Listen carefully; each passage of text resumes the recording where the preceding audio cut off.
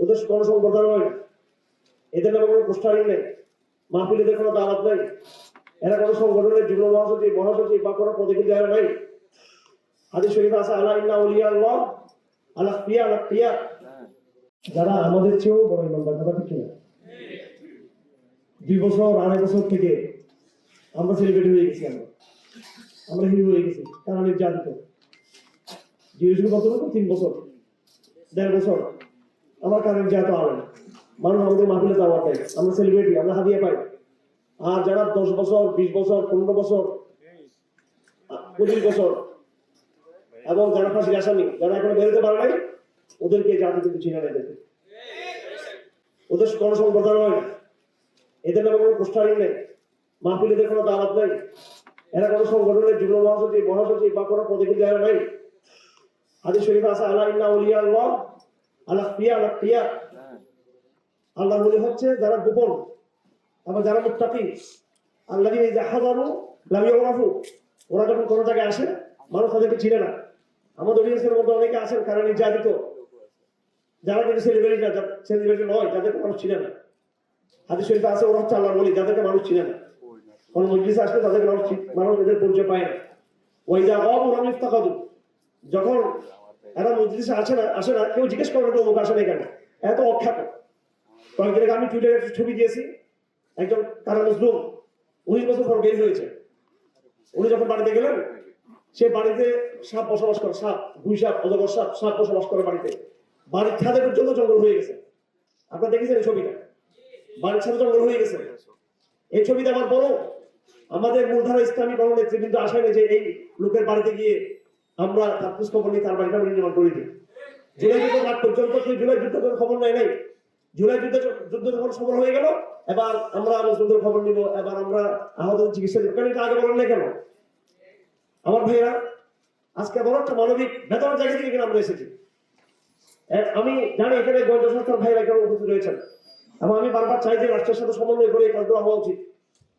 Double standard কেন হচ্ছে? অর্থাৎ এটাকে বলা হয় দ্বিচারিতা, দ্বৈত নীতি। এই বাংলাদেশে সর্বহারাদের নাম আপনারা জানেন, সর্বহারাদের যে বিশাল সন্ত্রাসী কর্মকাণ্ড ছিল, এবং বাংলাদেশে প্রথম সশস্ত্র কর্মকাণ্ড ঘটে হাসানুল গিনুর বাহিনী জাসদ। হাসানুল গিনু সে সময় শেখ মুজিব যখন ক্ষমতা ছিল, প্রথম আওয়ামী লীগ বাংলাদেশ স্বাধীন হওয়ার পরে, তখন হাসানুল ছিল জঙ্গি নেতা ছিলেন, সেকুলার জঙ্গি ছিলেন, কমিউনিস্ট। এই বাংলাদেশের স্বাধীনতার পরে প্রথম যে সশস্ত্র যেটা কাজ হয়েছিল সেটা কমিউনিস্টের পক্ষ থেকে হয়েছিল, এবং এখনো পর্যন্ত তাদের বিস্তৃত নেটওয়ার্ক হয়েছে। আপনারা দেখবেন এই পলাতক আওয়ামী আমলের ফ্যাসিজমের যে খুনি স্বরাষ্ট্রমন্ত্রী আসাদুজ্জামান খান কামাল, তার নামে ওয়েবসাইটে সার্চ করে পাবেন, এবং তার আগে যারা ছিল শত শত পিকচার আপনারা পাবেন, যে সাবেক সর্বহারা এদেরকে মূলধারায় ফিরে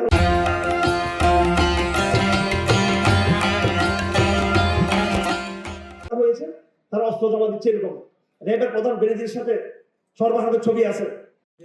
আমার প্রশ্ন হলো, ওই সময় আসাদুজ্জামান খান কামালের সাথে যাদের ছবি পিকচার পত্রিকা আসছিল, বেনজিরের সাথে তাদের ছবি আসছিল, আওয়ামী লীগের মন্ত্রীদের সাথে, আওয়ামী লীগ রেজিমের সাথে যাদের ছবি আসছিল, সর্বহারাদেরকে ক্ষমা ঘোষণা করা হয়েছে এবং বলা হচ্ছে তারা মূলধারায় আসছে। ওরা এখন কোথায়? সাবেক আওয়ামী সন্ত্রাসীরা কোথায়? সর্বহারা জঙ্গিরা কোথায়? এদের হিসাব না নিয়ে এখন বলা হচ্ছে কি জানেন, যে কারাগার থেকে মুক্ত হচ্ছে এই সমস্ত জঙ্গিরা কোথায় আছে। এটা নিয়ে আমাদের ডিজিএফ এর মাথা খারাপ, এনএসআই, এসবি, ওরা টেনশনে পড়ে গেছেন। আমি দায়িত্ব নিয়ে বলছি, হেফাজত ইসলামের আমরা একাধিক নেতৃত্ব এখানে আছে। এখানে আমার ভাই মুসা বিন আজহার হেফাজত ইসলামের সহকারী সচিব এখানে আছেন, আব্দুল্লাহ হাফিজের জামাতা এখানে আছেন, এখানে মূলধারার ওলামা ইকরাম এখানে আছেন। আমরা ভুইফোঁটা, আমরা মূলধারার অংশ, আমরা আগামী দিনে বাংলাদেশের বিনির্মাতা, আমরা জুলাই যুদ্ধের স্টেক হোল্ডার। আমরা এই জাতিকে 15 বছর মোটিভেশন করেছি, 15 বছর 16 বছর মোটিভেশন করেছি জাতিকে। তারপর হাসনাদের জন্ম হয়েছে, এরপরে নাহিদের জন্ম হয়েছে, তারপর আত্মাদের জন্ম হয়েছে, তারপর আমরা তার আগে গিয়েছি। আমরা তার আগে আমরা এই স্বতন্ত্রের বিরুদ্ধে আমরা আঘাত করেছি, তাদের উপর তাদের বিরুদ্ধে আওয়াজ দিয়েছি। আমরা খুন করে আসে, এখন কেউ মাস্টারম্যান হয়ে যায়, কেউ স্টেক হোল্ডার হয়ে যায়। কোথাকার কোন স্টেক হোল্ডার, কোথাকার কোন মাস্টার মাইন্ড? 2009 সালে আমি কারাগারে ঢুকেছি, এবং 2023 সালে বের হয়েছে, মাঝখানে দফায় দফায় বের হয়েছি, ঢুকেছি। ওলামা ইকরামদেরকে বাদ দিয়ে বাংলাদেশের রাজনীতি এক কলবারে দেওয়া হবে। এদেশের তরুণরাই ইসলামের স্পন্দন। ডাকসুতে যেটা হয়েছে, শিবিরের বিজয় হয় নাই, ডাকসুতে বিজয় হয়েছে, বড় মানুষের প্রতিবাদের বিজয় হয়েছে, চাঁদাবাদের বিরুদ্ধে প্রতিবাদের বিজয় হয়েছে, ইসলামের বিজয় হয়েছে। ওই জন্য সবাইকে শিবির করে নাকি ওখানে, সবাইকে শিবির করে। মানুষ দেখেছে যে ইনসাফ দরকার, নতুন আওয়ামী লীগের জায়গায় যেন নতুন রিপ্লেস না হয়, মানুষ সেটা চেয়েছে, এটা বুঝতে হবে। সুতরাং এখানে এককভাবে আগামী দিনে বাংলাদেশে ভারতীয় মদত দিয়ে, আমেরিকার মদত দিয়ে, চীনের মদত দিয়ে আবার হাসিনার মতো রেজিম দাঁড়াবে, দেওয়া হবে না। এটা